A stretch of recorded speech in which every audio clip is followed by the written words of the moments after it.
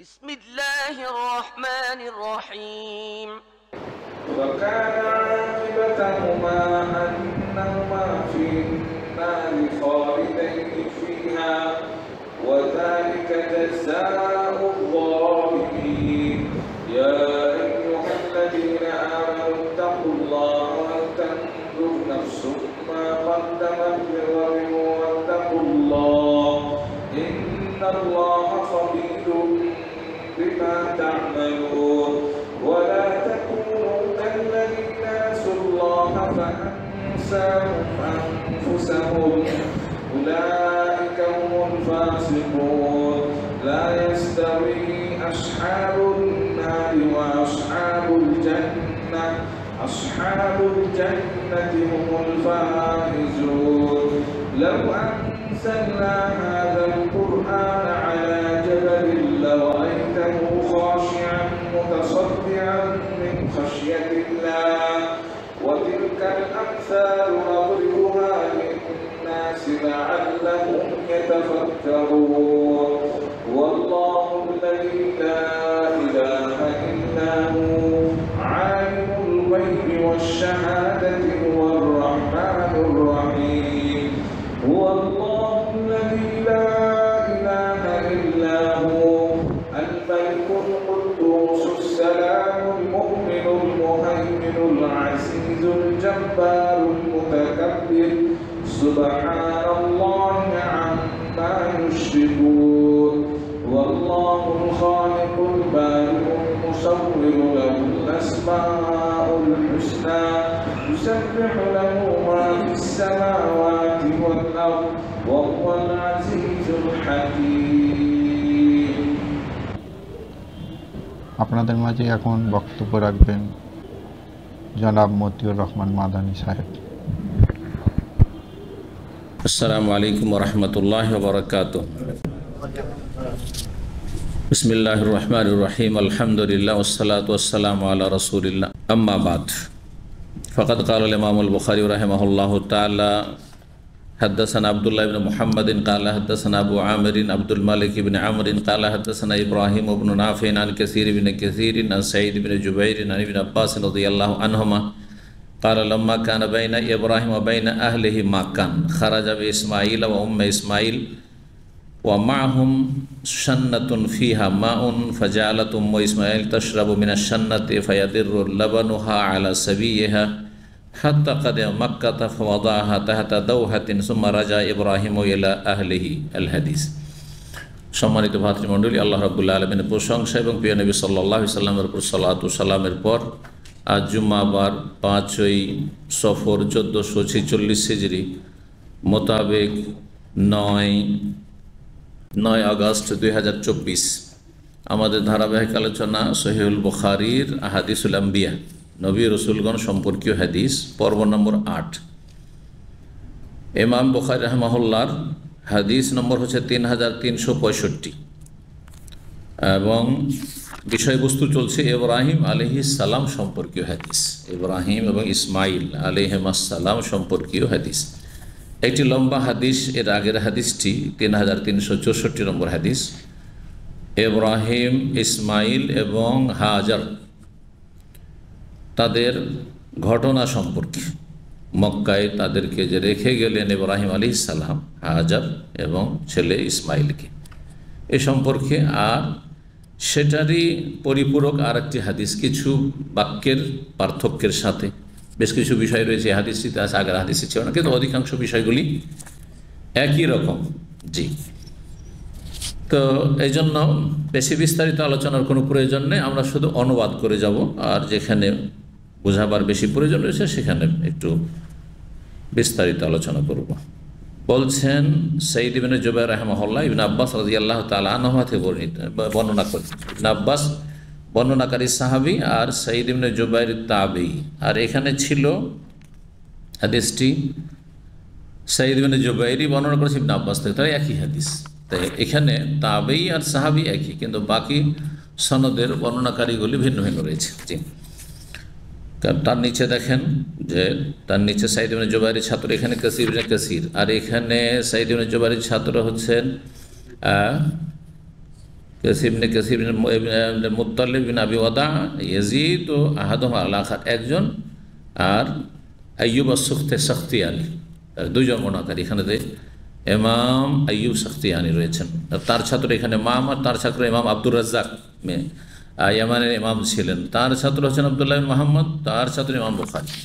পক্ষান্তরে এখানে রয়েছে ইব্রাহিম বিন নাফি, মামারের জায়গায় রয়েছে ইব্রাহিম ইবনে নাফি। তো এইভাবে সনদে পার্থক্য রয়েছে, আর বাক্যে বেশ কিছু পার্থক্য রয়েছে। তো দেখা যাক কি বলছে। ইবনে আব্বাস রাদিয়াল্লাহু তাআলা আনহুমা বলছেন, লাম্মা কানা বাইনা ইব্রাহিম ওয়া বাইনা আহলিহি মা কান, যখন ইব্রাহিম আলাইহিস সালাম এবং তার পরিবার, তার সহধর্মিণী সারা রাদিয়াল্লাহু তাআলা, সারা বড় স্ত্রী, যেটি আসলে স্ত্রী, আর হাজার তো ছিলেন দাসী। তো উভয়ের মাঝে মানে স্বামী স্ত্রীর মাঝে একটু দ্বন্দ্ব বেঁধে যায়, মানে মতের মিল হয় না। যতদিন পর্যন্ত ইসমাইল ইসলাম ভূমিষ্ঠ হন ততদিন পর্যন্ত তো ঠিক ছিল দুইজনকে নিয়ে, কিন্তু যখন বাচ্চা হয়ে গেল তখন তিনি একটু গায়রাতে চলে আসলেন, দুপুরে ইঙ্গিত করেছিলেন। তো তখন স্বামী স্ত্রীতে একটু খানিকটা সম্পর্কের অবনতি অথবা মনোমালিন্য এইরকম একটা পরিস্থিতি তৈরি হয়। তখন এই সমস্যার সমাধানের জন্য কি করলেন, যে না, তোর কাছাকাছি রাখবো না, কাকে? হাজারকে এবং ইসমাইলকে। চোখের আড়ে থাকলে মানুষের কোনো কিছু থাকলে ওটা ঠান্ডা হয়ে যায়, তখন ঝামেলা আর থাকবে না পারিবারিক। তো ইসমাইল আলাইহিস সালামকে নিয়ে এবং উম্মে ইসমাইলকে নিয়ে, ইসমাইলের মাকে নিয়ে বের হলেন। সব কিছু আল্লাহর আদেশে, কিন্তু এই নয় যে নিজের খেয়াল হচ্ছে, কারণ নবী বিনা আদেশে কোনো কিছু করেননি। বিনা আদেশে ইউনূস আলাইহিস সালাম নিজের বংশ যখন ঈমান নিয়ে আসতে চাইল না, কুফরের অনড়, তখন ছেড়ে চলে গেছেন, আল্লাহ অসন্তুষ্ট হয়েছেন। তাহলে বিনা হুকুমে এক পাও তারা ওঠাতেন না যতক্ষণ ওহী না আসত, যাও যেও না ইত্যাদি। এই জন্য নবী সাল্লাল্লাহু আলাইহি ওয়াসাল্লাম সাহাবায়ে কেরামদেরকে মদিনা হিজরত করতে বলেছেন, কিন্তু নিজে হিজরত করেননি। তার আগে বেশ কিছু সাহাবায়ে হিজরত করে চলে এসেছিলেন, কারণ তাদের জন্য ওহীর প্রয়োজন নেই, সেখানে নিরাপদ স্থান, তোমরা চলে যাও। কিন্তু আমি নিরাপদ স্থান যদিও মক্কার তুলনায় মদিনা, কিন্তু আল্লাহর হুকুম না আসলে আমি যেতে পারবো না, আল্লাহর হুকুমের অপেক্ষায় থাকলেন। জি, তো বের হলেন। অমাহুম শান্নাতুন, তাদের সাথে ছিল একটি পুরানো শুষ্ক মশক, শুকিয়ে গেছে চামড়া এবং পুরানো। ফিহা মাউন, তাতে পানি ছিল অল্প। ফাজালাত উম্মে ইসমাইল তাশরাবু মিনাশ শান্না, ইসমাইলের মা সেই মশক থেকে পানি পান করতেন। এই যে একটা মশক রেখে গেলেন, আর একটা ব্যাগের মধ্যে খেজুর ছিল, আগের হাদিসটিতে ছিল, সেটা এখানে মিলিয়ে ফাইয়াদিরু লাবনা, এখানে শুধু পানির কথা রয়েছে, কিন্তু খেজুর কথা নেই। কিন্তু ওই হাদিস কি আছে, খেজুরে ছিল একটা থলেতে ব্যাগে। ফাইয়াদিরু লাবানহা, তখন তার দুধ নামতে শুরু হয়। দুধ নাও বলে আমাদের আঞ্চলিক ভাষায়, মানে দুধ তখন দিতে শুরু করেন। মানুষের খাওয়া দাওয়া না থাকলে, মায়েদের খাওয়া দাওয়া না, স্তন্যদানকারী মায়েদের খাওয়া দাওয়া ভালো না থাকলে দুধ হয় না, কিন্তু দুধ বন্ধ হয়ে যায়। দাররা এদুর মানে স্তনে দুধ নেমে আসা, তখন তার দুধ আসা শুরু হলো। আলা সাবিহা, তার শিশুর জন্য। হাত্তা কাদে মক্কা, মক্কা আসলেন, গোটা সফর চলল। ফাওয়াদাহার, তাকে রেখে গেলেন তাহতা দাওহাতিন, একটি বিশাল বৃক্ষের তলায়। সুম্মা রাজা ইব্রাহিম আল আহলি, তার ইব্রাহিম আলাইহিস সালাম নিজ পরিবারের কাছে, মানে সারার কাছে, ফিলিস্তিন 1 মাসের রাস্তায় ঘুরে গেলেন, চলে গেলেন এখান থেকে। কিভাবে গেলেন, সেই ঘটনা এর আগে বিস্তারিত বর্ণনা হয়েছে, তাই না? যখন যেতে লাগলেন তার পিছন থেকে ছুটতে শুরু হইলো, আর কথা বলছে না, কি আল্লাহ হুকুম করেছেন? হ্যাঁ, আল্লাহর হুকুম। ঠিক আছে, তাই আল্লাহ হেফাজত করবে, আমাদেরকে আল্লাহ ধ্বংস করবেন না।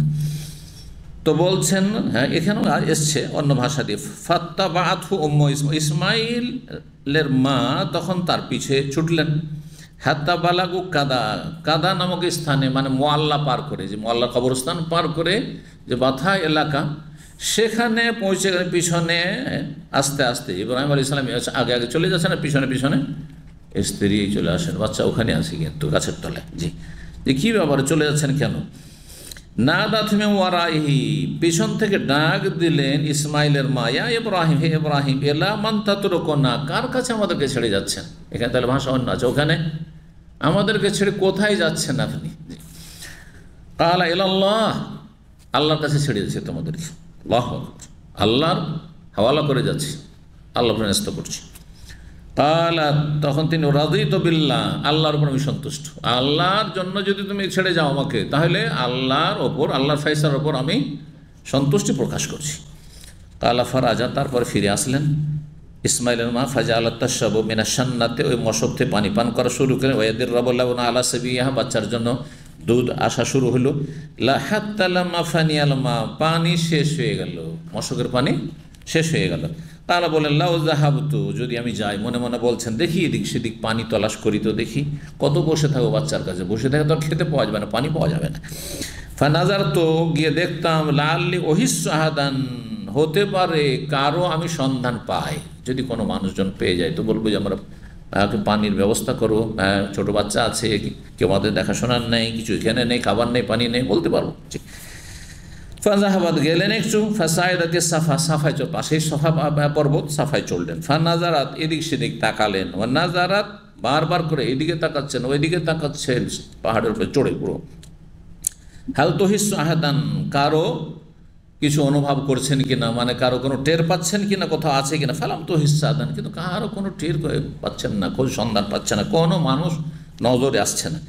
ফালাম বালাগাতিল ওয়াদি, নিচে নেমে যখন উপত্যকায় নামলেন, একবার নিচু জায়গায়, দুই পাহাড়ের মাঝখানে, সাফা এবং মারওয়ার মাঝখানে যখন নামলেন, সাদ, তখন দৌড় দিলেন, কারণ ওখান থেকে বাচ্চাকেও দেখতে পায় না আর মানুষজন কোনো দেখতে পায় না, একবার নিচু জায়গায়।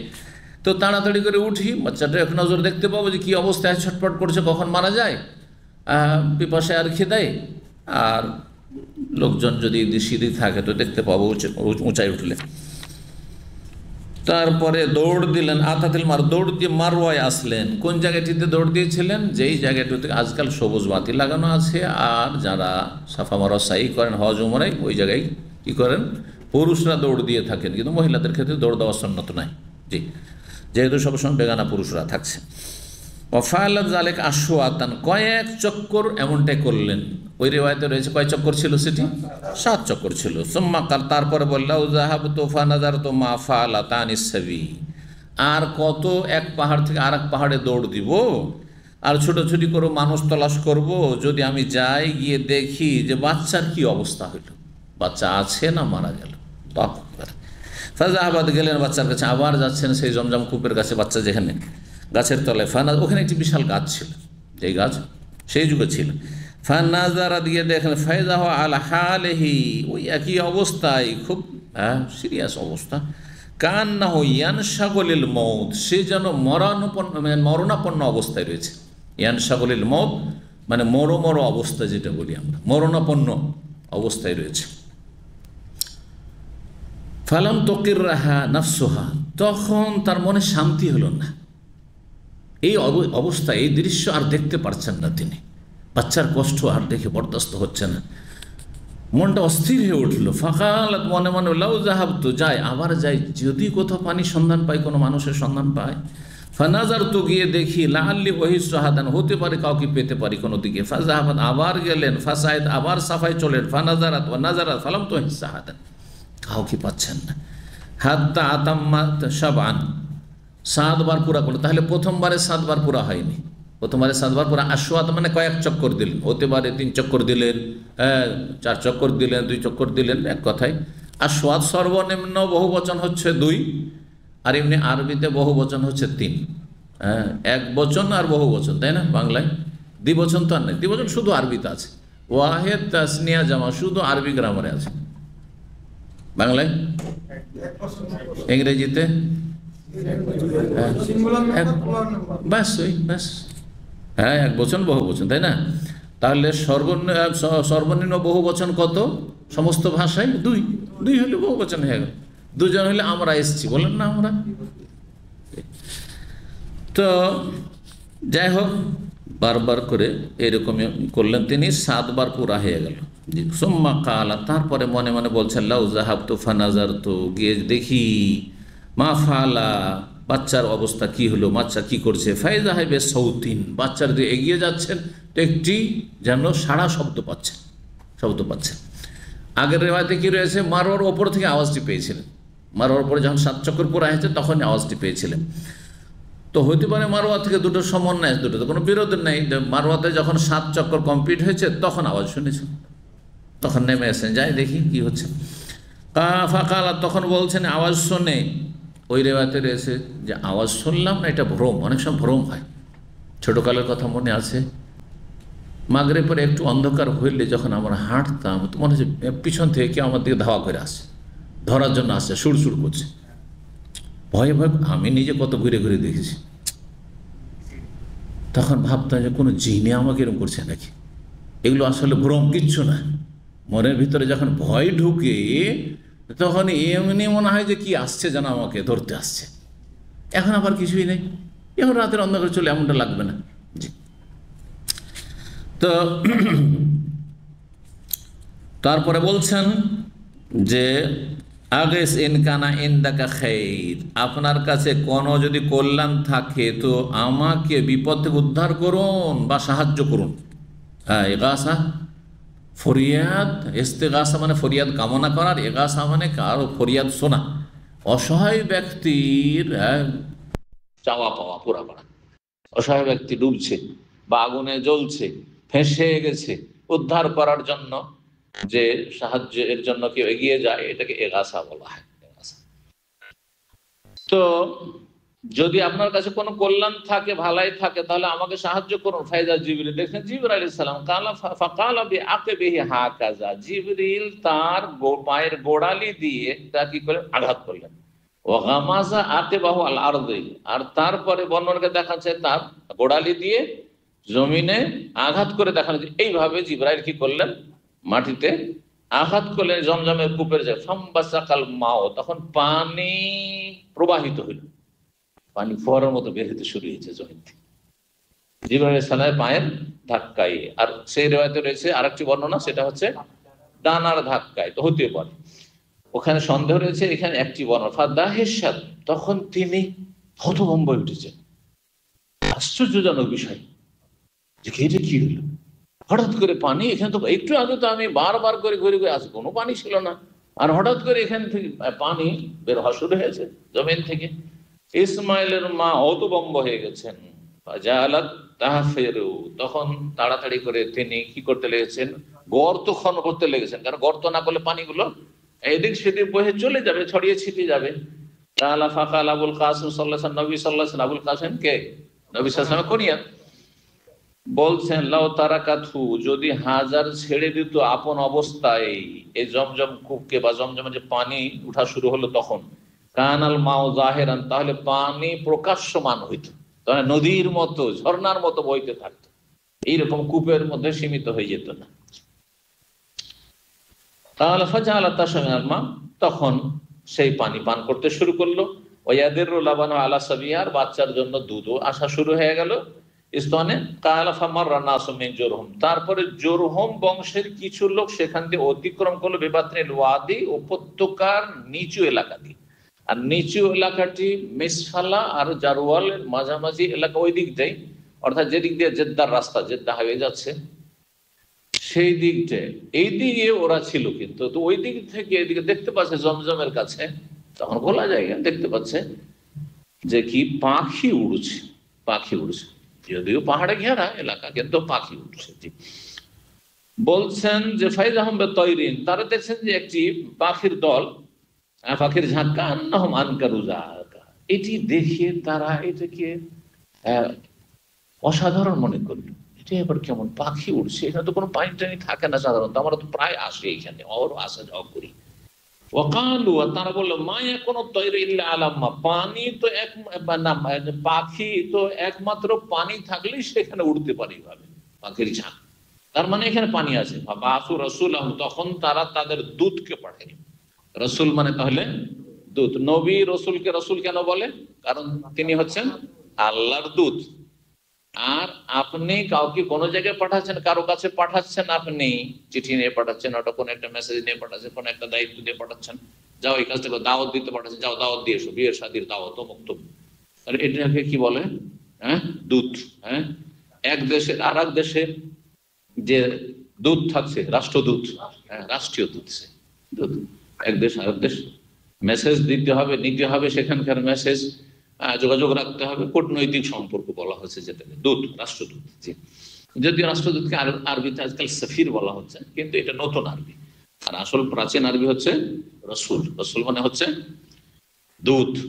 আর ওইখানে দূত শব্দটি রসুল নেই, ওখানে আরেকটি শব্দ রয়েছে।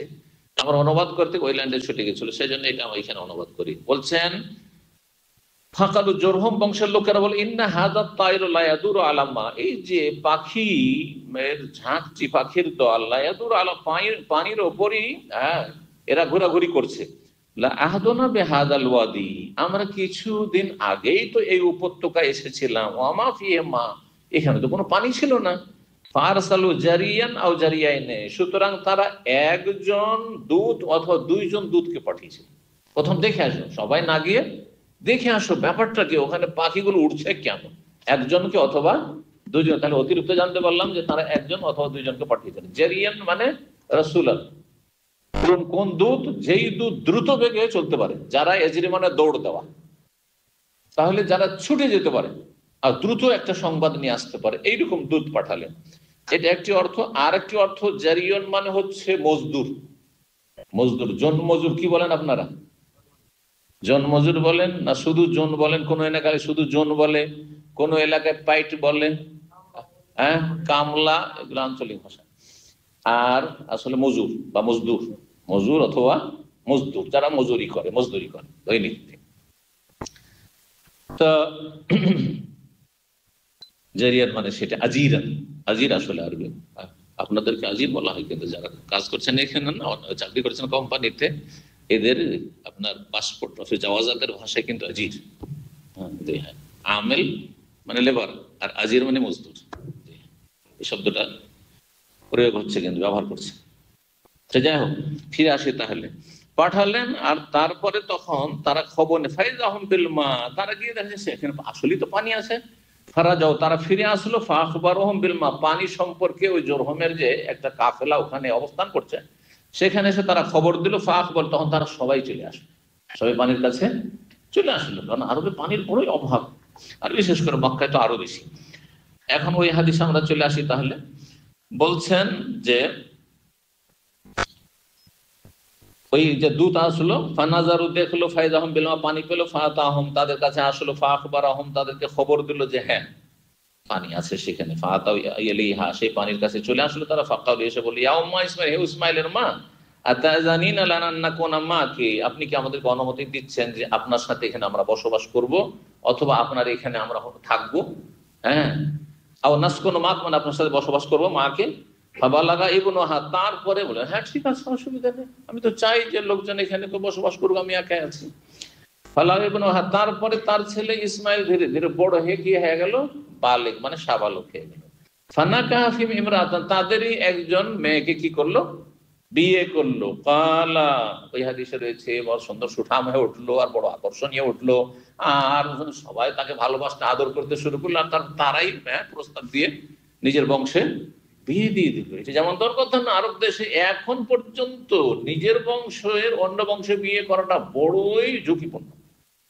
আমাদের এখানে একজন ইয়ামানি আছে, সৌদি আরব, ইয়ামান পর্যন্ত এটা গরিব রাষ্ট্র, সেখানেও সে বলছে যখন আমি বিভিন্ন জায়গায় ছেলে মেয়েদের বিয়ে শাদী দিলাম, তখন অবাকে বলছে সুবহানাল্লাহ, আমি যদি আমার বংশ ছাড়া বাইরে বিয়ে করি তাহলে গোটা বংশ আমাকে কাট করে দিবে, একদম বয়কট করে দিও, কোনো সম্পর্ক রাখবে না।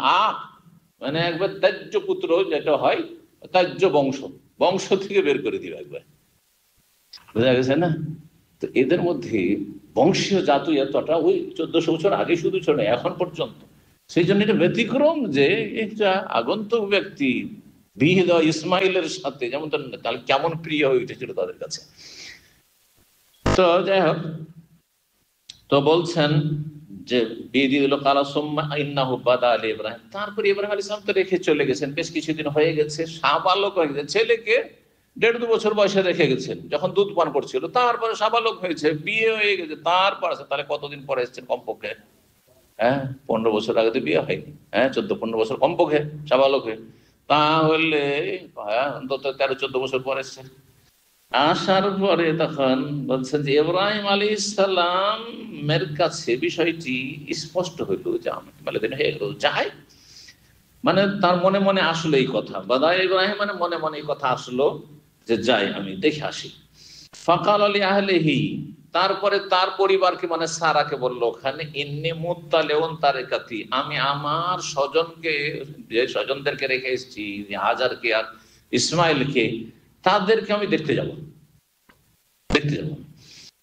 আল্লাহ ফাজা আসলেন ফাসাল্লামা সালাম দেন ফাকরা আইনা, ইসমাইল বাড়িতে এসে সালাম দিচ্ছেন, মানে তার বউ আছে কিন্তু ইসমাইল নেই বাড়িতে, বাইরে গেছে। ইসমাইল কোথায়? ফাকালাত ইমরাত, তার স্ত্রী বললো জাহাবা ইয়াসিদ, সে শিকার করতে গেছে। আর ওখানে ছিল কি আমাদের জন্য জীবিকার সন্ধানে গিয়েছে। জীবিকার সন্ধান কি ছিল?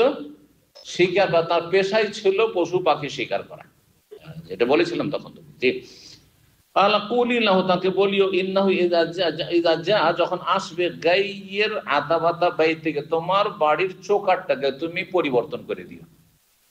এখানে আরেকটু সংক্ষেপ করে দিয়েছে, জিজ্ঞাসা করেছিল যে তোমাদের কেমন জীবনযাপন চলছে, আর্থিক অবস্থা কেমন, খাওয়া দাওয়া কি চলছে। ও বড় কষ্টে আছি, আর খুব খারাপ জীবনযাপন হচ্ছে, কষ্ট, বড়ই কষ্ট, আর বড়ই টানাটানি অবস্থায় আছে ইত্যাদি।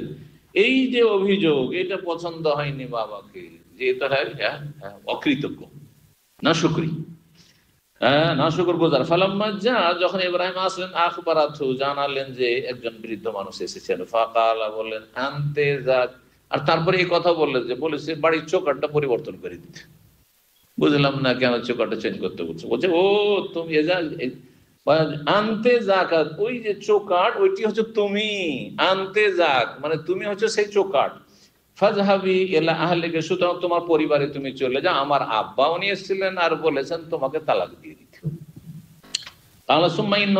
তারপর আবার কিছুদিন হইলো, আর ইব্রাহিম আলাইহিস সালাম চিন্তা করলেন যে যাই আমি গিয়ে আবার ছেলেকে আর হাজার স্ত্রীকে দেখে আসে। ফাকাল লি আহলি, নিজে পরিবার সারাকে বললেন ইন্নী মুত্তালিউন তারিকাতি, আমার যে স্বজনদেরকে ছেড়ে এসেছি তাদেরকে দেখতে যাব।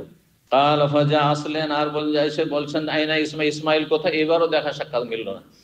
ফাকালাত, আপনারা চিন্তা করতে পারেন, তো দেখা হইল না তো অপেক্ষা করবে 2-4-10 দিন, তাই না? কিন্তু এমন জীবনযাপন ছিল না তখন। গিয়েছে শিকার করতে, মাস কেউ মাস, হয়তো 3 মাস আসবে না, 6 মাস আসবে না, কখন আসে কোনো ঠিক নেই। এত সহজ মনে করিয়েন না রুজি রোজগার। এটা মাত্র 50-60 বছর আগে আরব দেশে এরকম ছিল। স্ত্রীকে রেখে গিয়েছে, কোনো খোঁজ খবর নাই, কোথায় আছে, বেঁচে আছে না মারা গেছে। আমাকে একজন বড় ক্যাপ্টেন দাম্মামের, আজকে থেকে 20 বছর আগে, তার সাথে আমার খুব পরিচয় ছিল। তো সে বলছে সুবহানাল্লাহ, লোকটা বাহ্যিক কোনো দাড়ি নাই, দিনদারি বাহ্যিক কিছু নেই, কিন্তু আখলাক চরিত্র অমায়িক। এরকম কিছু লোক আছে, আল্লাহ পুরোপুরি হেদায়েত দান করুন। তো সে বলছে তার আল্লাহর নিয়ামতে একটা মূল্যায়ন কদর আছে, অহংকার নেই, নাহলে আমার সাথে ওর খাতিরে কি প্রয়োজন, তাই না? তো উচ্চ পদস্থ ব্যক্তি তো বলছে যে আমরা খুব অভাবে ছিলাম একসময়। কত অভাবে ছিল জানেন? 62 বংশ, কত অভাবে ছিলাম জানেন? মনে আছে তার মনে, মানে তার দাদার কাছ থেকে শুনেছি, তার বাবার কাছ থেকে শুনেছি। তার যুগে কিন্তু অভাব ছিল না, এই 50-60 বছরের মধ্যে কিন্তু অভাব নেই। তার আগে 80 বছর 90 বছর 100 বছর আগেও জ্ঞান অভাব ছিল।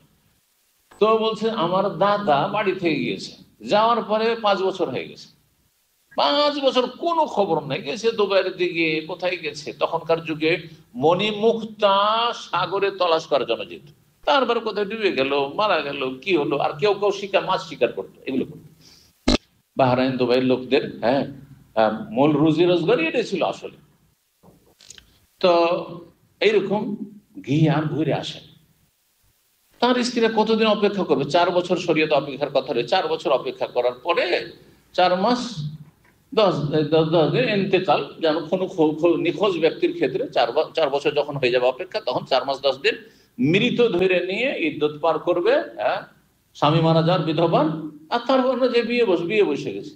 হঠাৎ করে ফিরে চলে এসে বাড়ি এসে দেখে যে স্ত্রী অন্য জায়গায় বিয়ে সংসার করা শুরু করেছে। সুবহানাল্লাহ। তো এই ছিল অবস্থা। জি, তো বলছেন এখন আসে শিকার করতে গিয়েছেন, কারণ অনেক সময় এরকম প্রশ্ন উঠতে পারে। শিকার করতে গেছে, চলে আসবে, সকালে গেছে, বিকেলে চলে আসবে। আজকালকার মনে করছেন ডিউটিতে গেছে, 8 ঘন্টার ডিউটি, চলে আসবে তো, তাই না? অথবা গেছে 3 দিনের জন্য গেছে, চলে আসবে। না, কোনো হদিস নেই কখন আসবে না আসবে, গেছে তো গেছে। আগের যুগের মহিলারা কত সবর করতো, বছরকে বছর। এখন নাই প্রবাস এসে 1 বছর 2 বছর, তখন কোনো হিসাব নেই। আসলো 2 দিন 4 দিন থাকলো, তারপর চলে গেল, তো গেল 6 মাস বছরের জন্য চলে গেলো, কোনো খবর নাই কোথায় আছে না আছে, অপেক্ষায় বসে আছে। কত কষ্টের জীবন ছিল, আল্লাহ শুকরিয়া দেখুন। এখন তো সকাল বিকাল, মিনিটে মিনিটে মুহূর্তে খবর নিচ্ছেন। একটু দিয়ে খবর, একটু মাথার ব্যথা হইলো খবর, সামান্য একটু খবর দিয়ে টেনশনে ফেলে দিচ্ছেন আপনি, ওই স্ত্রী আর আপনাকে ও টেনশনে ফেলে দিচ্ছে। তো যাই হোক, তারপরে বলছেন যে তারপরে আবার আসতে চাইলেন, আর আসলেন, এসে জিজ্ঞাসা ইসমাইল কোথায় গেছে, ও স্বীকার করতেছে। ফাকাদ আলা তানজিলু, তখন এই যে বৌমা আছে খুব ভালো মানুষ, বলছে যে আপনি আমাদের কাছে অবস্থান করুন, ফাতাতামু, খাবার খান, ওয়াতাশরাব, পানি পান করেন। আপ্যায়ন করার জন্য প্রস্তাব করলো। ফাকালা, তখন জিজ্ঞেস করলেন ইব্রাহিম, ওমা তুআমুক, তোমাদের কি খাবার দাবার, তোমরা কি খাও দাও, ওমা শারাব, তোমাদের পানীয় কি, কি পান করো। কালা তুআমুনা লাহমু, আমাদের খাদ্য হচ্ছে গোশত, ও শারাব, আমাদের পানীয় হচ্ছে এই জমজমের পানি, শুধু পানি, পানি আর গোশত, আর কিছু না। কত শুকরগুজার, সুবহানাল্লাহ। কাল আল্লাহ বারিক লাহুম ফি তাআমিহিম ওয়া শা, আল্লাহ তাদের খাবারে আর পানীয়তে বরকত দান করো। ফাকাল আবুল কাসিম সাল্লাল্লাহু আলাইহি ওয়াসাল্লাম বলেন, বারাকাতুন বিদাওয়াতি ইব্রাহিম, ইব্রাহিম আলাইহিস সালাতু সালামের দুয়ার বরকত, যে মক্কায় বরকত রয়েছে, এবং রাসূলুল্লাহ সাল্লাল্লাহু আলাইহি ওয়াসাল্লাম দুয়ার বরকতে মদিনায় বরকত রয়েছে। যেই বরকত মক্কার মদিনায় রয়েছে, পৃথিবীর কোথাও বরকত নেই। অল্প আয় উপার্জন করে যে সংসার চালানো, সেটা মক্কা মদিনাতে যতটা সহজ পৃথিবীর কোথাও না। এটি পরীক্ষিত বিষয় যারা মক্কা মদিনায় বসবাস করেছে। আল্লাহ যেন আমাদের সকলের বরকত দান করেন। বলছেন আবুল কাসিম সাল্লাল্লাহু আলাইহি ওয়াসাল্লাম, বারাকাতুন বিদাওয়াতি ইব্রাহিম আলাইহিস সালামের দুয়ার বরকত মক্কায় রয়েছে। কালা সুম্মা ইন্নাহু বাদালি, তারপর আবার চিন্তা করেন ইব্রাহিম যে আমি যাই আবার দেখে আসি। তৃতীয়বার বললেন, পরিবার সারাকে নিমুত্তালিউন তারিকাতি, আমার পরিত্যক্ত যে স্বজনরা রয়েছে তাদেরকে আমি তাদের খোঁজ খবর নিতে যাব। কালা ফাজা আসলেন, ফাওয়া ফাঁকা ইসমাইল, এসে ইসমাইলকে তৃতীয়বারে পেয়েছেন। কোথায়? মিওয়ারায়ে জমজমের পেছন দিকে, সেই গাছের তলা, ইউসলিহ নাবলাল্লাহু, তার একটি তীর কি করছে, প্রস্তুত করছে বা মেরামত করছে। ফাকালে ইসমাইল, ইসমাইল, ইন্না রাব্বাকা আমারানি, তোমার রব আমাকে নির্দেশ দিয়েছেন, আন আবনি লাহু বাইতান, তার যেন একটি ঘর আমি তৈরি করি। কালা, তখন ইসমাইল বলছেন, বাবা আতে রব্বাকা, আপনার রবের কথা আপনি মানুন, পালন করুন। আতে রব্বাকা, রবের আনুগত্য করুন, যা বলেছেন আল্লাহ আপনি তার উপর আমল করুন। কালা ইন্নাহু কাদ আমারানি, তিনি এটাও হুকুম করেছেন আমাকে, আনতুইনানি আলাইহি, যে আমাকে তুমি সহযোগিতা করবে এই ঘর নির্মাণের জন্য। আমি একা একা তো করতে পারবো না, তোমাকে সাহায্য সহযোগিতা করতে হবে, এটাও আল্লাহর হুকুম। কালা ইযান আফআলু, করব, আল্লাহ হুকুম করেছেন করব।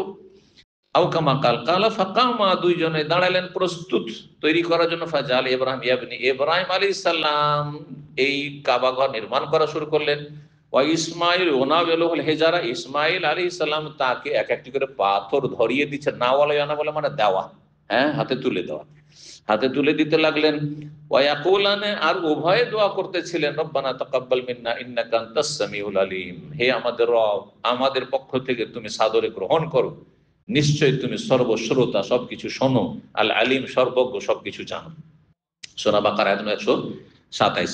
আল হাত্তা ইরতাফাল বিনা, সেই ঘর উঁচু হয়ে গেল, মানে ঘরের যে দেয়াল উঁচু হলো ধীরে ধীরে। ওয়াদাউফা শাইখু, আর এই বৃদ্ধ ইব্রাহিম আলাইহিস সালাম দুর্বল হয়ে পড়লেন এই বার্ধক্যে, তিনি আর এত উঁচাতে পাথর উঠিয়ে সেট করতে পারছেন না, কষ্ট হচ্ছে উপরে। তো আন্নাকলিল হিজারা, পাথর উঠাতে গিয়ে দুর্বল হয়ে পড়লেন। ফাকামা আলা হাজারিল মাকাম, তখন মাকাম ইব্রাহিম পাথরের উপর দাঁড়ালেন, যে তাহলে একটু সুবিধা হবে, পাথরটা ছেলে উঠিয়ে দিবে আর চট করে এতে বসিয়ে দেবো, উপরে উঠাইতে হবে না আমাকে কষ্ট করে। ফাজাল ইউনাবিল হিজারা, তারপর ইসমাইল আলাইহিস সালাম তাকে পাথর উঠিয়ে দিতে লাগলেন। ওয়া ইয়াকুলান, ও ভাই দোয়া করতে থাকলেন, রব্বানা তাকাব্বাল মিন্না ইন্নাকা আনতাস সামিউল আলিম। এই ছিল হাদিস। 10 নম্বর অধ্যায় বাবুন, এই অধ্যায় শুধু অধ্যায় আর বিষয়বস্তু নাই, তার মানে এই অধ্যায়ের সম্পর্কে ইব্রাহিম আলাইহিস সালামের সাথে যে হাদিসগুলোতে ইব্রাহিম আলাইহিস সালামের কথা এসেছে বা ইব্রাহিম আলাইহিস সালামের যে সব খেদমত রয়েছে সেগুলির এর কথা রয়েছে। 3366 নম্বর হাদিস। হাদিস বর্ণনা করছেন ইব্রাহিম তাইমি তার পিতা থেকে, কালা সামিআতু আবু যার রাদিয়াল্লাহু তাআলা আনহু সাহাবী থেকে আমি শুনেছি, কালা কুলতু ইয়া রাসূলুল্লাহ, তিনি বলেন হে আল্লাহর রাসূল, আইয়ু মাসজিদিন উযিয়া ফিল আরদি আউয়াল, কোন মসজিদ পৃথিবীতে সর্বপ্রথম নির্মাণ করা হয়েছে? কোন মসজিদ পৃথিবীর সর্বপ্রথম আল্লাহর জমিনে কি করা হয়েছে? তৈরি করা হয়েছে, ওদিয়া তৈরি করা হয়েছে। কাল আল মসজিদুল হারাম, মসজিদে হারাম। কোথায়? মক্কাতুল মুকাররমা, যার নাম হচ্ছে আল কাবা, বাইতুল্লাহিল হারাম, যার নাম হচ্ছে হারাম। কালা কুলতু, তখন আমি বললাম সুম্মা আইয়ুন, তারপরে কোন মসজিদ দ্বিতীয় পর্বে তৈরি করা হয়েছে? কাল আল মসজিদুল আকসা, মসজিদ আকসা কোনটি? বাইতুল মুকাদ্দাসের মসজিদ। কুলতু, তখন আমি বললাম কাম কানা বাইনাহুমা, আবু যার বলছেন যে উভয় মসজিদ তৈরির মাঝে কতটা সময়ের ব্যবধান ছিল? কাল 40 সানা, 40 বছর। 40 বছর। সুম্মা আইনামা আদরাকাতকাস সালাত, তবে শোনো, নামাজ পড়ার জন্য, সালাত আদায়ের জন্য মসজিদে যাওয়া জরুরি না সালাতের ওয়াক্ত হয়ে গেলে। যদি মসজিদ দূরে থাকে তাহলে যেখানেই থাকবে তুমি সালাত আদায় করবে। এটি এই উম্মতের বৈশিষ্ট্য। আগের উম্মতে এবাদত খানায় না গেলে এবাদত হবে না, নামাজ হবে না। কিন্তু আল্লাহ কত সহজ করেছেন, যে কোনো জায়গায় থাকো না কেন, সালাতের ওয়াক্ত হয়ে গেছে। আর মসজিদ 2, 4, 5 মিনিট 10 মিনিটের মধ্যে নেই, ধরেন আধা ঘন্টা লাগবে, জরুরি না যে আমরা মসজিদে যেতে হবে, 20 মিনিট লাগবে পায়ে হেঁটে যেতে। তা ওয়াক্তে নামাজ পড়ার জন্য 20 মিনিট হেঁটে যেতে হবে, জরুরি না। জুমার জন্য ঠিক আছে, বা ঈদের জন্য ঠিক আছে, কিন্তু এর জন্য জরুরি নেই। আজান শুনতে পাচ্ছেন না আপনি, তাহলে আপনি যে কোনো জায়গায় আল্লাহর জমিনে সালাত আদায় করেন। এটি এই উম্মতের রাসূলুল্লাহ সাল্লাল্লাহু আলাইহি ওয়াসাল্লাম এবং এই উম্মতের বৈশিষ্ট্য আল্লাহ দান করেছেন। তো বলছেন যে সুতরাং সুম্মা আইনামা আদরাকাতকাস সালাত, যে কোনো জায়গায় তোমাকে সালাতের ওয়াক্ত পেয়ে যায়, বাদো, তারপরে ফাসাল্লিহি, মানে সেই সালাত পড়ে নাও। ফাইনাল ফাদলা ফিহি, তাতেই ফজিলত রয়েছে। কারণ সময়ের তুমি কি করলে? হেফাজত, সময় মতো সালাত আদায় করলে। এই নয় যে মসজিদে যাওয়ার জন্য কাজা করে দেবো, একবারে গিয়ে 2 ওয়াক্ত আদায় করে নেবো, 3 ওয়াক্ত আদায় করে, চলবে না। টাইমে টাইমে যেখানে থাকেন, মাঠে ঘাটে আছেন, মরুভূমিতে আছেন, রাস্তায় আছেন, গাড়ি চালাচ্ছেন, মরুভূমিতে কোনো মানে মানুষ সেখানে বসবাস করে না, মসজিদে নেই, যে কোনো জায়গায় নামাজ পড়ে, বালিতে নামাজ পড়ে। জি। আর একটি বৈশিষ্ট্য হচ্ছে যে মাটি দিয়ে তায়াম্মুম করা, পবিত্রতা অর্জন করা, এটাও আগের উম্মতে ছিল না। আচ্ছা, 2 মসজিদ তৈরির মাঝখানে 40 বছরের ব্যবধান, এটা বুঝে নেন। মসজিদে হারাম তৈরি করেছেন কে? ইব্রাহিম আলাইহিস সালাম। আর মসজিদ আকসা কে তৈরি করেছেন? সুলাইমান আলাইহিস সালাম। কিন্তু ইতিহাস দেখলে ইব্রাহিম আর সুলাইমানের মাঝখানে 40 বছর নাই, অনেক বেশি। তাহলে কেমন হইলো এটা? তাহলে তো মিলানো যাচ্ছে না কথাটি। এই জন্য অনেকে এখানে গিয়ে বিব্রত। এই জন্য ওলামারা বলেছেন যে এটা পুনর্নির্মাণ না, ইব্রাহিম আলাইহিস সালাম পুনর্নির্মাণ করেছেন। বোঝা গেছে? সুলাইমান আলাইহিস সালাম পুনর্নির্মাণ করেছেন। বাইতুল মুকাদ্দাস আর মসজিদে হারাম এগুলি অনেক আগেই তৈরি হয়েছে। কখন? এই জন্য একটি রিওয়ায়াত রয়েছে যে প্রথম তৈরি করেছেন আদম আলাইহিস সালাম মসজিদে হারাম, আর তার 40 বছর পরে তার কোনো ছেলে হয়তো এই মসজিদে আকসা তৈরি করেছে, বলা হয়েছে। এই কথা ভাষ্যকারগণ বলেছেন। এইভাবে হাদিসটা মেলানো যাবে যে হ্যাঁ, 40 বছরের ব্যবধান ছিল দুটি মসজিদের নির্মাণে। 3367 নম্বর হাদিস। হাদিস বর্ণনা করছেন আনাস বিন মালিক রাদিয়াল্লাহু তাআলা আনহু, বলছেন আন্না রাসূলুল্লাহ সাল্লাল্লাহু আলাইহি ওয়াসাল্লাম তাআলা আলাহু উহুদুন, রাসূলুল্লাহ সাল্লাল্লাহু আলাইহি ওয়াসাল্লাম সামনে উহুদ পাহাড় ভেসে উঠল, মানে দেখতে পেলেন, আসছিলেন বাইরে থেকে, তাবুকের যুদ্ধ থেকে সম্ভবত। ফাকালা, তারপরে বললেন হাযা জাবালুন, এটি এমন একটি পর্বত, ইউহিব্বুনা ওয়া নুহিব্বুহু, সেই পর্বতটি আমাদেরকে ভালোবাসে, মুমিন মুসলিমকে, আর আমরাও সেটিকে ভালোবাসি। তাহলে পাথরের মধ্যেও ভালোবাসার ক্ষমতা আল্লাহ দিয়ে রেখেছেন, কিন্তু আমরা টের পাই না। একজন মুমিন বান্দাকে সবকিছু ভালোবাসে, তার বিছানা ভালোবাসে, সে যেখানে সালাত আদায় করে সেই জায়গায় ভালোবাসে, যেখানে সে ইবাদত বন্দেগী করে, সেজদা করে, সেই জায়গায় ভালোবাসে, যেখানে তার পা পড়ে, চলাফেরা করে, সেই জায়গায় ভালোবাসে, সব জায়গায় ভালোবাসে, সবকিছু ভালোবাসে, গাছপালা ভালোবাসে, পাথরে ভালোবাসে, স্পষ্ট প্রমাণ। আজ এটা শুধু নবী সাল্লাল্লাহু আলাইহি ওয়াসাল্লাম খাস না, বহু বচন বলেছেন আজ ইউহিব্বুনা, আমাদেরকে ভালোবাসে, মানে আমাকে, আমার উম্মতকে। কিন্তু সৎকর্মশীল নেক মানুষ হইতে হবে। পক্ষান্তরে আসমান জমিন ভালোবাসেন নেক মানুষ, পক্ষান্তরে যদি বদ প্রকৃতির লোক হয়, পাপী লোক হয়, তাহলে সবকিছুই ঘৃণা করে। এই জন্য ফেরাউন এবং তার সেনাবাহিনী যখন ডুবে ধ্বংস হয়ে গেল, আল্লাহ বলছেন সূরা দোখানে, ফামা বাকাত আলাইহিমুস সামা ওয়াল আরদু, সূরা দোখান আয়াত 29, ফামা বাকাত আলাইহিমুস সামা ওয়াল আরদু। এই ফিরআউন আর ফিরআউনের সেনাবাহিনী যে হাজার হাজার ডুবে ধ্বংস হলো, এদের জন্য আকাশ জমিন কান্না করেনি, আকাশ জমিন কান্না করেনি। তার মানে কি? এর বিপরীত অর্থ কি? আল্লাহর নেক বান্দা মুমিন মুমিনাত যদি মারা যায় তাহলে আকাশ জমিন কান্না করে। জি, পরেশগার মানুষ যখন মারা যায় তখন যেই জায়গায় সে শুইতো, যেই জায়গায় খাওয়া দাওয়া করতো, যে জায়গায় আল্লাহ শুকরিয়া আদায় করতো, যেই জায়গায় নামাজ পড়তো, যেই জায়গায় সে কান্না করতো, যেই জায়গায় কোরআন তেলাওয়াত করতো, যেই জায়গায় আমলগুলি করতো, সব জায়গায় কান্না করে। এই ভালো মানুষটাকে হারিয়ে দিলাম। জি, এই ভালোবাসা যেমন মানুষের অন্তর, দেখেন যার সাথে চলাফেরা হয়ে গেছে সে হঠাৎ করে দুর্ঘটনার শিকার হয়ে যায়, মারা যায়, দুনিয়া থেকে চলে যায়, আপনি কাঁদবেন না? মনটা ব্যথিত হবে না? ঠিক ওই রকমের প্রতিটি সৃষ্টি। কিন্তু মানুষটা আমরা টের পাই যে মানুষ শোকাহত হয়েছে, আর আসমান জমিন কান্না করছে, এই আপনার সবকিছু আশেপাশে কান্না করছে, চেয়ার কান্না করছে, সবকিছু কান্না করছে, পিলার কান্না করছে, বুঝছে, টের পাই না। যেমন তসবিহ তাহলিল সবকিছু করছে, কিন্তু আমরা টের পাই না। কোরআন আছে না তসবিহ তাহলিল কথা, ওয়াইম মিন শাইইন ইল্লা ইউসাব্বিহু বিহামদি, সবকিছু তসবিহ করে। জি, ওয়ালাকিন লা তাফকাহুনা তাসবিহাহুম, সেসবের তসবিহ তোমরা বুঝো না, তাদের ভাষা বুঝি না।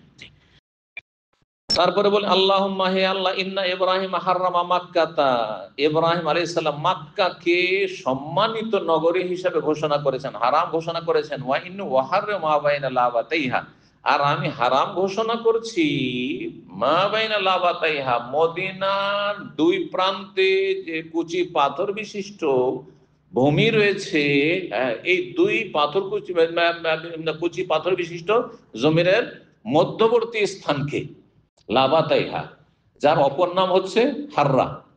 হাররা, হাররা মানে হচ্ছে লাল ছোট ছোট ক্ষুদ্র পাথর বিশিষ্ট ভূমি, যেটা পূর্ব দিকও আছে আর পশ্চিম দিকে আছে। বাবুস সালামের দিকে হচ্ছে পশ্চিম দিক, আর হ্যাঁ বলেন দক্ষিণ দিক হইলো আপনার কিবলা, তাই না? মদিনা থেকে দক্ষিণ দিকে, দক্ষিণ দিকে মুখ করেন, তাহলে পশ্চিম কোন দিকে হবে? ডান দিকে হবে না বাম দিকে হবে? ডান দিকে হবে, মানে বাবুস সালামের দিকে। বুঝতে পেরেছেন তো? পারেন, বাবুস সালামের দিকে হচ্ছে পশ্চিম।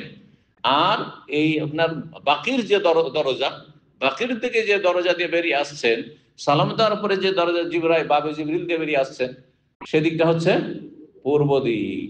তো পূর্ব দিকের এই কুচি ছোট পাথর বিশিষ্ট, লাল পাথর বিশিষ্ট ভূমিকে বলা হয় হাররা শারকিয়া। শারক মানে পূর্ব, পূর্ব দিকের হাররা, আর পশ্চিম দিকটিকে বলা হয় হাররায়ে গারবিয়া। দুটো মহল্লা এখনো এই নামেই নামকরণ আছে। হাররা শারকিয়াতে আমাদের বাংলাভাষী একজন সৌদি শেখ ছিলেন, সৌদি নাগরিকত্ব পেয়েছিলেন অনেক আগে, 50-60 বছর আগে। তো ওনার বাসায় খুব যেতাম, বাড়িতে যেতাম, আর উনি খুব ভালোবাসতেন আমাকে। পশ্চিমবঙ্গ নদিয়া ডিস্ট্রিক্টের ছিলেন, নদিয়া ডিস্ট্রিক্টের বাড়ি ছিল তার। আর তার শ্বশুর সাহেব ছিলেন মৌলানা আলিমউদ্দিন নদিয়াবি, যিনি বাংলাদেশে হিজরত করে গিয়ে এতে আপনার যে পাঁচরক্ষীতে যে মাদ্রাসা আছে না, পাঁচরক্ষী মাদ্রাসা, আপনাদের তো এই ছেলে পড়ছে দুজন ভাই, হ্যাঁ আপনার ছেলে পড়ছেন না মাদ্রাসা? ওই মাদ্রাসার নাম কি? 2500 পাঁচরক্ষী না, দারুল হাদিস সালাফিয়া মাদ্রাসা। ওখানকার মুহাদ্দিস ছিলেন একসময়, শেখুল হাদিস, খুব বড় মুহাদ্দিস ছিলেন মাওলানা আলিমউদ্দিন নদিয়াবি। তো তিনি শেখ নসরুল্লাহ সাহেব যে মদিনায় সৌদি নাগরিক, তিনি দ্বিতীয় যে বিয়েটা করেছিলেন, দ্বিতীয় স্ত্রী হচ্ছে এই মাওলানা আলিমউদ্দিন নদিয়াবির মেয়ে।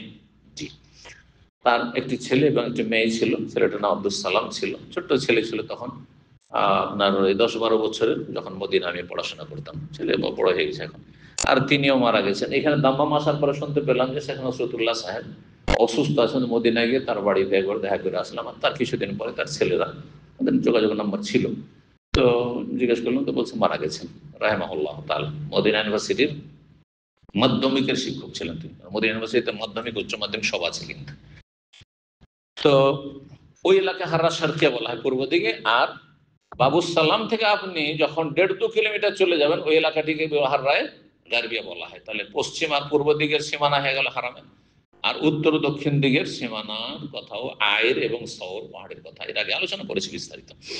যাই হোক, 3368 নম্বর হাদিস মনে করছেন মায়েশা রাদিয়াল্লাহু তাআলা আনহা বলছেন নবী সহধর্মিনী আয়েশা আন্না রাসূলুল্লাহ সাল্লাল্লাহু আলাইহি ওয়াসাল্লাম রাসূল বললেন আলাম তারাই মা আয়েশা রাদিয়াল্লাহু তাআলা আনহাকে একবার সম্বোধন করে বলছেন নবী সাল্লাল্লাহু আলাইহি ওয়াসাল্লাম, তুমি কি চিন্তা করে দেখো না বিষয়টি, আন্না কওমাকে লামা বানাউল কাবা, তোমার বংশের লোকের অর্থাৎ কুরাইশ, তোমার বংশ মানে আয়েশার বংশ আর নবীর বংশ একই বংশ, কিন্তু স্ত্রীকে সম্বোধন করে বলছেন তোমারই বংশ, যে তোমার বংশের লোকেরা যখন কাবা নির্মাণ করলো ইকতাসারু, কারণ নেতৃত্ব কারা দিছিল, মুতাওয়াল্লি কারা ছিল, কুরাইশরাই ছিল, তারা তখন কি করলো ছোট করে দিল ইব্রাহিম আলাইহিস সালামের বুনিয়াদ চাইতে, ইব্রাহিম আলাইহিস সালামের যে ভিত্তি স্থাপন ছিল তার চাইতে কাবা ঘরটি কি করলো ক্ষুদ্র করে ছোট করে দিল, খাটো করে দিল।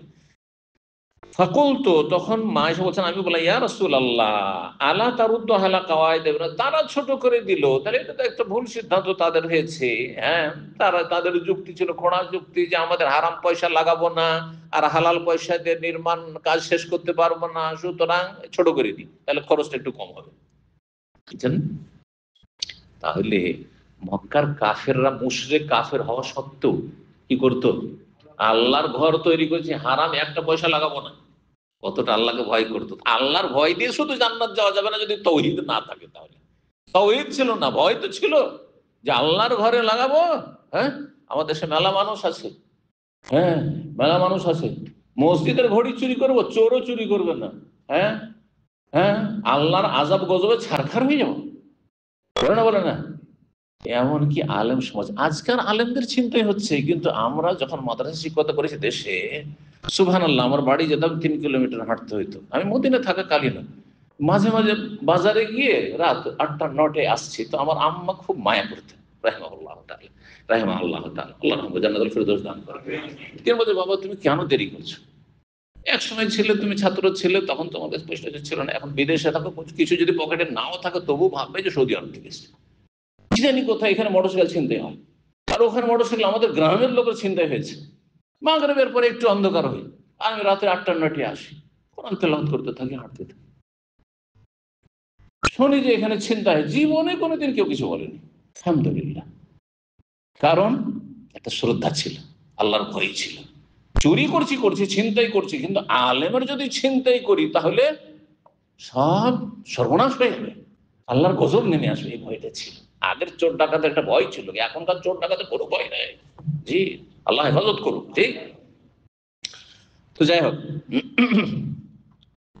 বলছেন যে আপনি কি ইব্রাহিম আলাইহিস সালামের ভিত্তিতে ফিরিয়ে দেবেন না, করেন, হ্যাঁ পুনর্নির্মাণ করেন।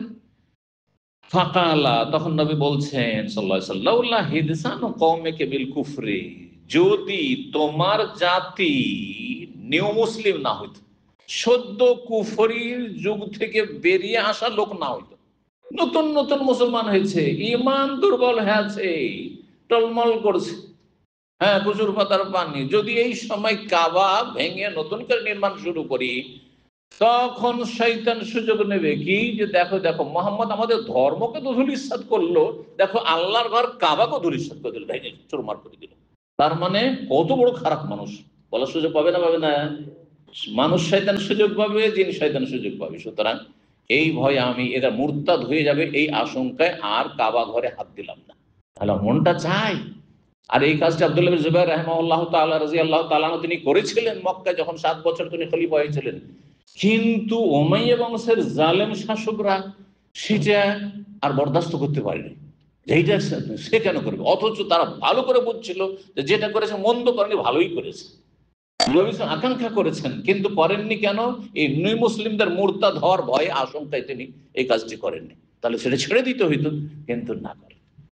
কারণ মালিকের যুগে, হ্যাঁ না খলিফা মানসুরের যুগে, হ্যাঁ ইমাম মালিকের যুগে খলিফা মানসুরের যুগ ছিল, তো খলিফা মানসুর যে খলিফা হারুন রশিদের বাবা পরামর্শ চেয়েছিলেন, বা হারুন রশিদ পরামর্শ চেয়েছেন, এক কাজ করি, ইমাম মালিক বললেন ইমাম অনুমতি দেন, ফতোয়া দেন, তাহলে কাবাকে ভেঙে 2টো দরজা আর যেভাবে ইব্রাহিম আলাইহিস সালাম বুনিয়াদ ছিল ওই রকম করে দিই, হ্যাঁ ওইভাবে করে 2টো দরজা থাকবে, একটা দিয়ে ঢুকবে একটা দিয়ে বেরোবেন, আর কি তার সাথে আর কি জমিনে লাগিয়ে দেওয়া দরজা, জমিনে, এখন তো দরজাটিকে উঁচা হয়ে আছে, তখন সরজমিনে দরজা ছিল, এইরকম করে দিই।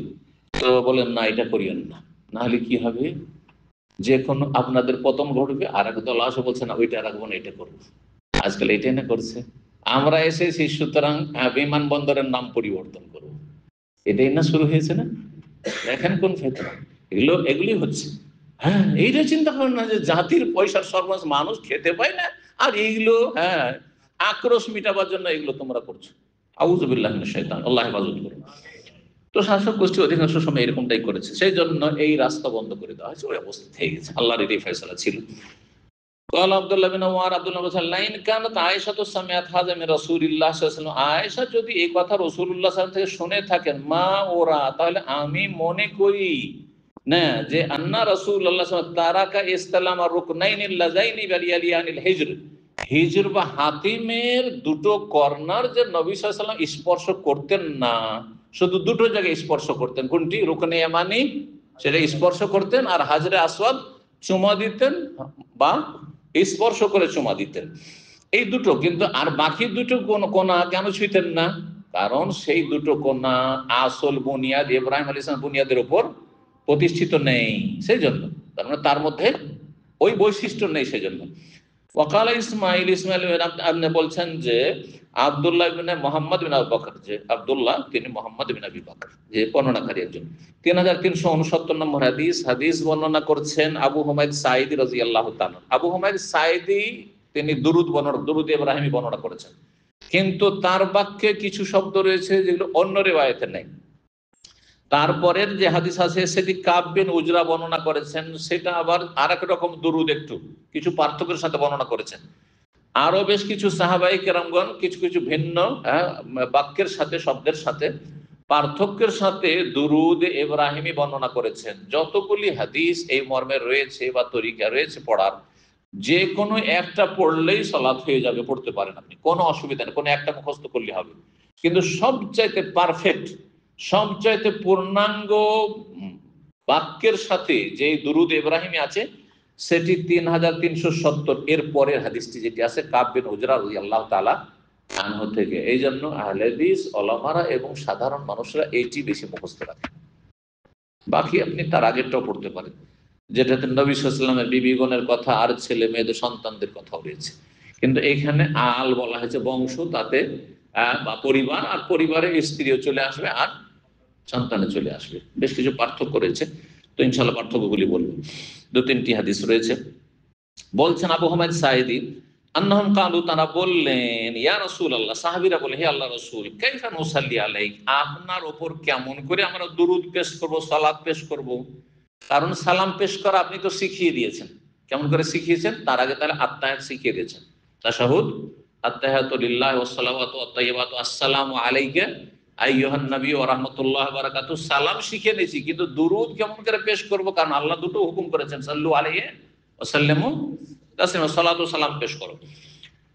তো বললেন নবী সাল্লাল্লাহু আলাইহি সাল্লাম যে কুলু, তোমরা বলো, আল্লাহুম্মা সাল্লি আলা মুহাম্মদ ওয়া আজওয়াজিহি ওয়া যুররিয়াতিহি, হে আল্লাহ তুমি মুহাম্মদ সাল্লাল্লাহু আলাইহি ওয়াসাল্লামের উপর রহমত বর্ষণ করো এবং তার সহধর্মিণীগণের উপর, ওয়া যুররিয়াতি, তার সন্তান সন্ততির উপর, কামা সাল্লাইতা, যেমন তুমি রহমত বর্ষণ করেছো, আলা আলে ইব্রাহিম, আলা ইব্রাহিম আসলো না, আলা আলে ইব্রাহিমের বংশধরের উপর। তাহলে ইব্রাহিমের বংশের জন্য দোয়া করো, ইব্রাহিমের জন্য দোয়া করবেন না? এর উত্তর হচ্ছে, ইব্রাহিমের বংশে যখন দোয়া করছেন, তাহলে ইব্রাহিম তাতে প্রথম শামিল। আপনার বংশকে আল্লাহ ভালো রাখুন, তাহলে আপনার বংশ মানে আপনি এক নম্বরে, বোঝা গেছে না? জি। তো এই নয় যে আপনি বাদ দিয়ে আপনার বংশ ভালো থাকে, এটা কি বোঝায়? জি, সংক্ষেপে এটা আর কি। ওয়াবারিক, এই যে আল্লাহুম্মা নাই, ওয়াবারিক আলা মুহাম্মদ, আল্লাহ বরকত দান করো মুহাম্মদ সাল্লাল্লাহু আলাইহি ওয়াসাল্লামের প্রতি, ওয়াজওয়াজি, তার স্ত্রীদের প্রতি, ওয়াজুরিয়াতি, তার সন্তান সন্ততির প্রতি, কামা বারাকতা আলা আলে ইব্রাহিম, যেমন তুমি বরকত দান করেছো ইব্রাহিম আলাইহিস সালামের বংশের উপর, ইন্নাকা হামিদুম মাজিদ, নিশ্চয় তুমি প্রশংসিত আর সম্মানিত। 3370 নম্বর হাদিস বর্ণনা করছেন আব্দুর রহমান ইবনে আবি লাইলা, তিনি বলেন, লাকিয়ানি কাব ইবনে উজরা, আমার সাথে সাক্ষাৎ ঘটলো কাব বিন উজরা রাদিয়াল্লাহু তাআলা আনহু, সাহাবী। তিনি বলেন, আলা উহদিলাকা হাদিয়াতান, সাহাবী বলছেন, তোমাকে একটি উপঢৌকন দেব, হাদিয়া দেব। সেই যুগে এলেমের হাদিয়া দেওয়া হইত, তালিমের হাদিয়া দেওয়া হইত। আর এখন শিখাচ্ছি, কোনো হাদিয়া, সাহিত্য তো জীবনে কোনোদিন হাদিয়া দেয়নি, তাই না? আল্লাহ উহুদিল্লাহ হাদিয়া, তোমাকে একটি হাদিয়া দেবো কি? সামিআতু মিনান নবী, যেই হাদিয়া সেই গিফটের কথা নবী সাল্লাল্লাহু আলাইহি ওয়াসাল্লাম থেকে শুনেছি। ফাকুলতু বালা, অবশ্যই দেন। ফাআহদিহালি, আমাকে হাদিয়া দেন। ফাকালা সাআলনা রাসূলুল্লাহ, তখন সাহাবী কাব বিন উজরা বলছেন, আমরা রাসূলুল্লাহ সাল্লাল্লাহু আলাইহি ওয়াসাল্লামকে একবার জিজ্ঞেস করলাম, বললাম ইয়া রাসূলুল্লাহ কাইফা সালাতু আলাইকুম আহলাল বাইত, আপনাদের উপর, আপনার পরিবারের উপর, আহলে বাইতের উপর কেমন করে আমি সালাত পেশ করব? ফাইনাল্লাহ কাদ আল্লামানা কাইফা নাস, কারণ আল্লাহ তো শিখিয়ে দিয়েছেন যে আমরা সালাম কেমন করে পেশ করব, তার মানে অলরেডি তাদের আত্মাহাত শিখা হয়ে গেছে। ফাকালা, তখন বললেন, কুলু, এইভাবে বলো, আল্লাহুম্মা সাল্লি আলা মুহাম্মদ ওয়া আলা আলি মুহাম্মদ কামা সাল্লাইতা আলা ইব্রাহিম, দেখেন ইব্রাহিমের উপর ওয়া আলা আলি ইব্রাহিম, তারপর ইব্রাহিমের বংশের উপর ইন্নাকা হামিদুম মাজিদ, আল্লাহুম্মা, ওখানে আল্লাহুম্মা নেই, ওয়া বারিক আছে, আল্লাহ বারিক আলা মুহাম্মদ ওয়া আলা আলি মুহাম্মদ কামা বারাকতা আলা ইব্রাহিম ওয়া আলা আলি ইব্রাহিম ইন্নাকা হামিদুন, এটা সবচেয়ে পূর্ণাঙ্গ। এই জন্য এটাই অধিকাংশ আহলে হাদিস পড়ে থাকে ভারত বাংলাদেশে। তো এর অর্থ করতে হবে, জানা আছে অর্থ, তাই না? জি। একটি সংশয় এখানে হয় যে হে আল্লাহ, তুমি নবীর ওপর রহমত বর্ষণ করো, নবীর বংশের উপর কি করো, আলে বাইতের রহমত বর্ষণ করো। কেমন রহমত? যেমন তুমি ইব্রাহিম এবং ইব্রাহিমের বংশের উপর রহমত বর্ষণ করেছো। তাহলে কোনো কিছুর সাথে যদি তুলনা করেন, যার সাথে তুলনা করছেন সেটা বেশি মজবুত না? বুঝেন না কথাটি? যদি বলেন যে এই লোকটি সিংহ পুরুষ, মানে সিংহের মতো, তো তার মানে সিংহের চাইতে বেশি শক্তি আছে না কম আছে? কম আছে। তাহলে এখানে যে তুলনা করে দোয়া শিখাচ্ছেন, দরুদ শিখাচ্ছেন, যে যেমন ইব্রাহিমের বংশধর, ইব্রাহিমের উপর রহমত বর্ষণ, ওই রকম রহমত, তার মানে নবীর বংশধরের উপর রহমতটা কি ইব্রাহিম আলাইহিস সালামের বংশধরের চাইতে কম? তাহলে না, এটা সবসময় হয় না, সবসময় হয় না, অনেক সময় ব্যতিক্রম হয়। যার সাথে তুলনা করছেন তার চাইতে শক্তিশালী যাকে তুলনা করছেন হতে পারে। তারপরে আরেকটা ব্যাখ্যা করা হয়েছে যে ইব্রাহিম আলাইহিস সালামের বংশে অনেক নবী, ঠিক কিনা?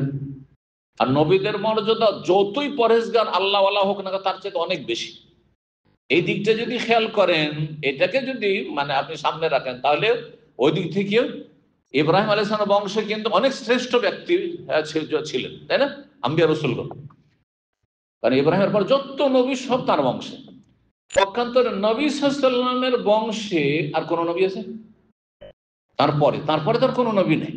তারপরে যারা আছেন তারা আলে বাইত, সাহাবায়ে কেরাম, সাহাবিয়াত, আর না হলে তারপরে তাবেঈনদের যুগের, হ্যাঁ ঠিক কিনা, নবীর বংশ। তো নবীর বংশের যারা নবী নয় আর ইব্রাহিম আলাইহিস সালামের বংশের নবী, কারা বেশি শ্রেষ্ঠ হবে? এদিক থেকে ইব্রাহিম আলাইহিস সালামের বংশ শ্রেষ্ঠ হলো। বুঝতে পেরেছেন? জি, এটি বোঝানো আর প্রয়োজন ছিল একটি সূক্ষ্ম বিষয়। আর সর্বশেষ হাদিস 3371 নম্বর হাদিস, সাইয়্যিদ ইবনে জুবাইর বর্ণনা করেছেন, ইবনে আব্বাস রাদিয়াল্লাহু তাআলা আনহুমা থেকে বলছেন যে কানান নবী ইউআউযুল হাসান আল হুসাইন, নবী সাল্লাল্লাহু আলাইহি ওয়াসাল্লাম হাসান হুসাইনকে আল্লাহর আশ্রয়ে রাখতেন, যে আল্লাহ তুমি তাদেরকে কি করো, রক্ষা করো, আশ্রয় দান করো, পানাহাতে রাখো, হেফাজতে রাখো। হ্যাঁ, কিস থেকে?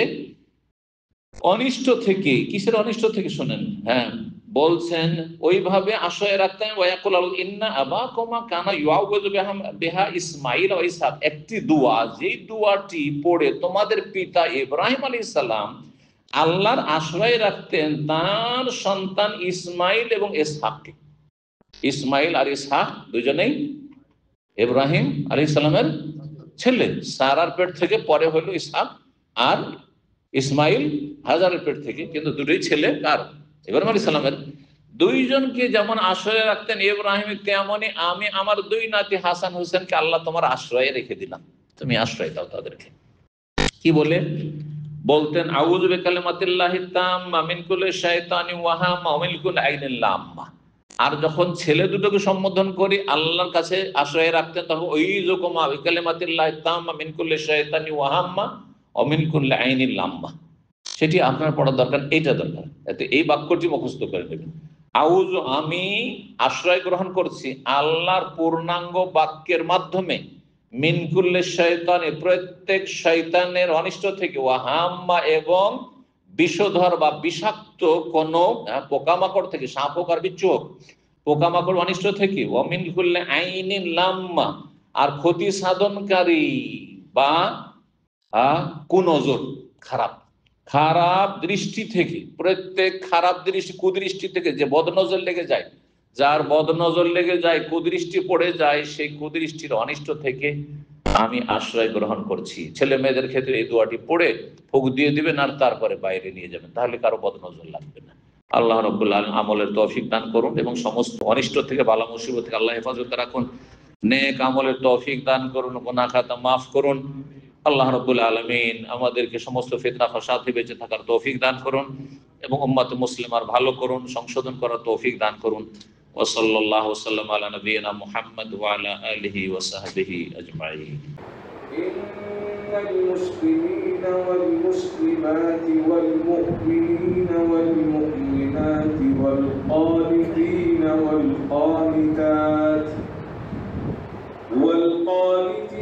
والقانتات والصادقين والصادقات والصابرين والصابرات والخاشعين والخاشعات والخاشعات والمتصدقين والمتصدقات والصائمين والصائمات والحافظين فروجهم والحافظات والذاكرين الله كثيرا والذاكرات أعد الله لهم مغفرة وأجرا عظيما.